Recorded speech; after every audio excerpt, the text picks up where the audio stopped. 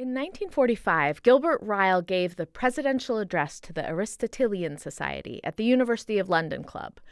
The title was Knowing How and Knowing That. Knowing that refers to knowing the facts about something.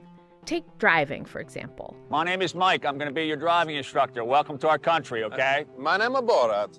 You study the driving manual and learn the rules of the road, so you know things. You do know how to drive a little bit? Yes? Ryle says knowing that is what's usually recognized as intelligence.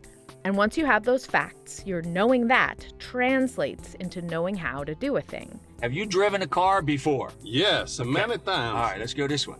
So you pass a written test about driving because of your knowing that.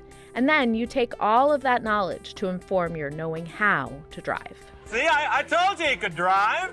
But Ryle argues that this view has knowledge backwards. He sees knowing how as a form of intelligence itself, and it doesn't necessarily depend on knowing that. He wrote, "A man's intelligence or stupidity is as directly exhibited in some of his doing as it is in some of his thinking. and also, Knowledge how cannot be built up by accumulation of pieces of knowledge that. and finally, Rules, like birds, must live before they can be stuffed. it's true that knowledge about the rules of the road doesn't always translate to knowing how to drive. I failed my driver's test after acing the written exam, and I know I'm not the only one. Yeah, I definitely studied all the information and everything, and then it took me 3 times to pass the test. That's Becca Burrington from Oakland, California.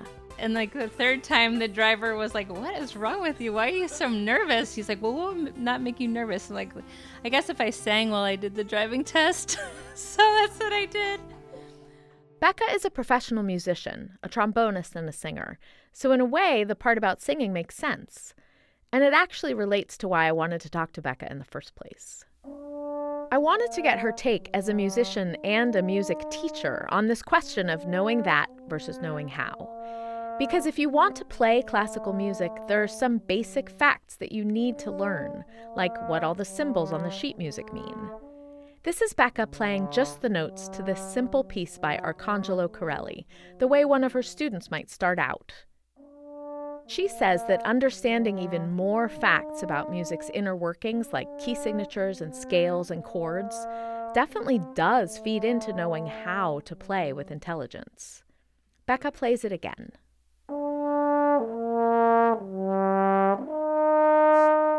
At the end, like going back to from the G going down, the F sharp is kind of bringing out that tension right there.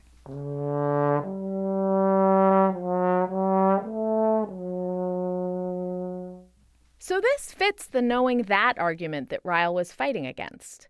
Knowing that an F sharp is what's called the leading tone in the key of G major, and that's going to create tension at that point in a piece, is part of what feeds into knowing how to play intelligently.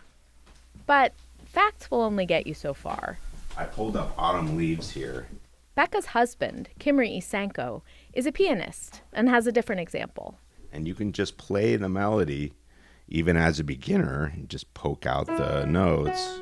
Right, there it is on the page. Even the chords that are listed here, A minor 7, you can figure out what those are and play them just as written, G major, C major, 7. But that's not really playing jazz.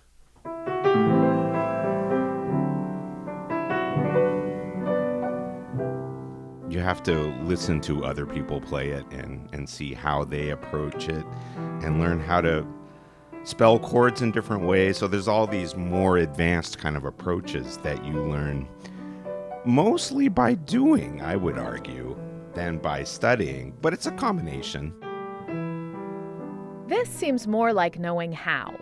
You can know as many facts as there are about music, but it won't help you become an expert. Knowing how is its own thing.